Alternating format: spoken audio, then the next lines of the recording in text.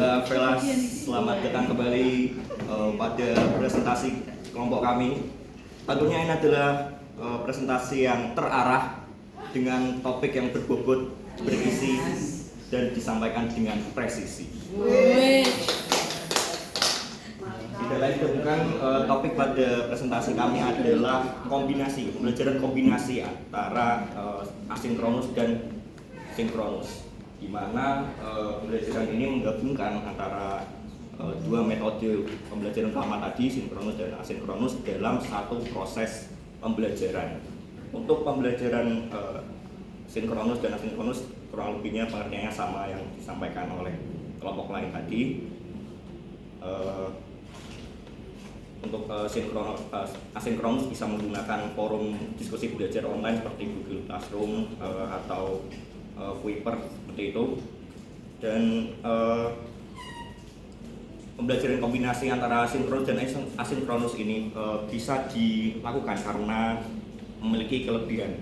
Salah satu kelebihannya yaitu fleksibilitas yang menembus ruang dan waktu. Pembelajaran asinkronus memberikan kebebasan bagi peserta didik untuk belajar kapan saja dan di mana saja. Sementara pembelajaran sinkronus tetap memungkinkan interaksi secara langsung. Lalu keunggulan yang kedua adalah penguatan pembelajaran. Kombinasi ini memberikan variasi dalam proses belajar. Memanfaatkan keunggulan keduanya, yaitu kesempatan untuk berdiskusi secara langsung untuk pembelajaran sinkronus dan serta belajar secara mandiri untuk pembelajaran asinkronus. Dan keunggulan yang ketiga yaitu meningkatkan partisipasi dari peserta didik. Dalam pembelajaran sinkronus, antara pengajar dan peserta didik dapat berinteraksi secara langsung, dan sementara untuk pembelajaran asinkronus itu memberikan waktu bagi peserta didik untuk bisa menjawab. Misal ada pertanyaan, peserta didik ada waktu untuk mencari materi atau merenungkan jawaban yang akan diberikan kepada pengajar atau guru. Dan keunggulan selanjutnya adalah mendukung berbagai gaya belajar. Peserta didik dapat terfasilitasi gaya belajarnya, baik itu visual, auditory maupun kinestetik. Dan selanjutnya yaitu mengenai penerapan pembelajaran kombinasi sinkronus dan asinkronus akan disampaikan oleh Mas Rio. Baik, selanjutnya tadi kita sudah berbicara tentang kelebihan dari sinkronus dan asinkronus dalam penerapannya dalam proses pendidikan. Nah, selanjutnya di sini adalah penerapan pembelajaran kombinasi sinkronus asinkronus. Ya, itu yang pertama ada perencanaan kurikulum. Nah, jadi untuk menerapkan pembelajaran kombinasi sinkronus dan asinkronus ini, yang pertama kita harus melakukan perencanaan kurikulum, yaitu menentukan bagian dari materi apa saja atau memilah-milah materi mana yang bisa disampaikan secara sinkronus dan mana yang asinkronus, seperti itu. Nah, contohnya adalah ketika kita akan menerapkan secara sinkronus, itu misalnya adalah diskusi, lalu presentasi langsung, yang mana itu adalah real time. Lalu ada juga yang asinkronus. Ketika kita sudah memilah-milah tadi, mungkin yang bisa disampaikan secara asinkronus adalah bahan bacaan, video tutorial, lalu ada video pembelajaran, dan juga tugas individu. Lalu yang kedua ada teknologi yang digunakan. Nah, kita juga perlu mempersiapkan teknologi, apakah sudah support atau belum. Nah, penggunaan platform yang mendukung kedua jenis pembelajaran seperti misalnya LMS ya, Learning Management System, yang menyediakan fasilitas video konferensi dan juga untuk mengakses materinya. Yang ketiga ada kita harus mempersiapkan pengaturan jadwal. Nah, pengaturan jadwal yang seperti apa? Tentunya yang harus dikomunikasikan terlebih dahulu, disepakati bersama juga, terutama antara pendidik dan juga peserta didik. Itu harus ada kesesuaian dan kenyamanan. Nah, lalu selanjutnya apa yang perlu dipersiapkan akan dijelaskan oleh Kak Widya. Oke, selanjutnya adalah hal-hal yang perlu disiapkan dalam pembelajaran sinkronus dan asinkronus. Yang pertama adalah platform teknologi, seperti yang sudah dijelaskan oleh teman-teman sebelumnya. Untuk sinkronus secara real time bisa menggunakan video conference seperti Zoom atau Google Meet. Kemudian untuk asinkronus bisa menggunakan LMS atau Google Classroom, di mana materi dapat diakses kapan saja. Kemudian yang kedua, materi pembelajaran.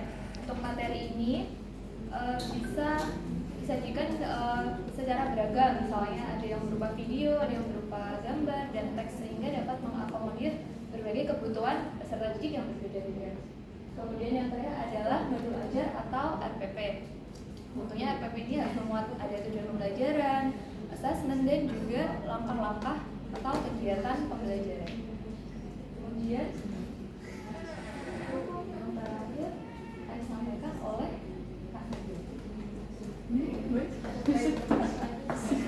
Baik teman-teman, ini adalah slide terakhir dari presentasi keseluruhan kita hari ini terkait dengan penanggulangan permasalahan yang terjadi pada pembelajaran asinkronus dan sinkronus.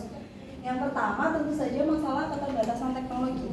Pada saat pandemi kita semua juga tahu bahwa keterbatasan teknologi ini merupakan masalah yang sangat krusial, masalah utama yang terjadi di pembelajaran sinkronus dan asinkronus. Di mana pendidik pun tidak siap dengan gawainya, peserta didik pun juga tidak siap memiliki perangkat elektronik, bagi literasi teknologinya juga kurang. Jadi teknologi ini merupakan hambatan utama pada saat pandemi yang digunakan untuk pembelajaran sinkronus dan asinkronus. Kemudian permasalahan yang kedua ini kesulitan mengelola waktu. Di sini kesulitan mengelola waktu itu karena tiba-tiba sering terjadi reschedule atau jaringan yang tidak baik, jaringan yang buruk. Bisa diatasi dengan memang adanya jadwal. Jadi dengan jadwal yang tersusun dengan rapi, pendidik maupun peserta didik itu harusnya sudah mempersiapkan dirinya untuk mampu masuk ke dalam platform yang akan digunakan sebagai pembelajaran sinkronus dan asinkronus. Yang ketiga, partisipasi pasif. Karena kita kebanyakan juga mengalami pembelajaran secara daring, kita pasti paham betul partisipasi pasif peserta didik. Karena mungkin kita juga seperti itu kan. Iya kan? Kameranya mati, dipanggil nggak jawab. Kalau kameranya on cuma kelihatan lampu tidurnya aja.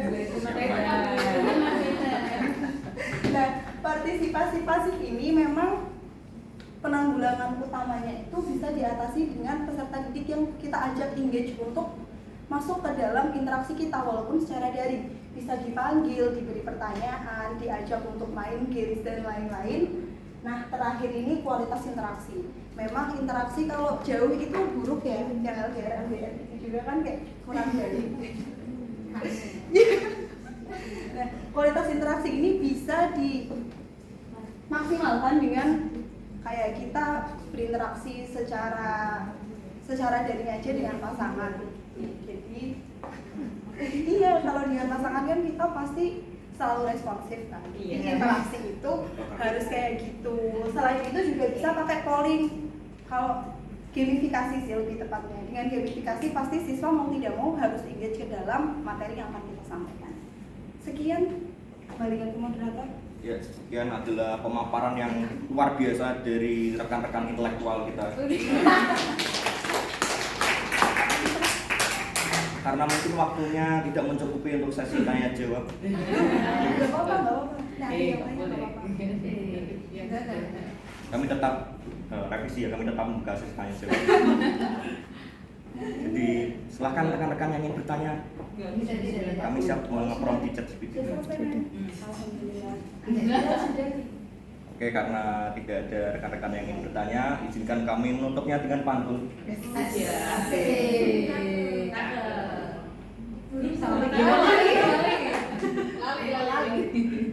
Jipuk santen seko dhuwur.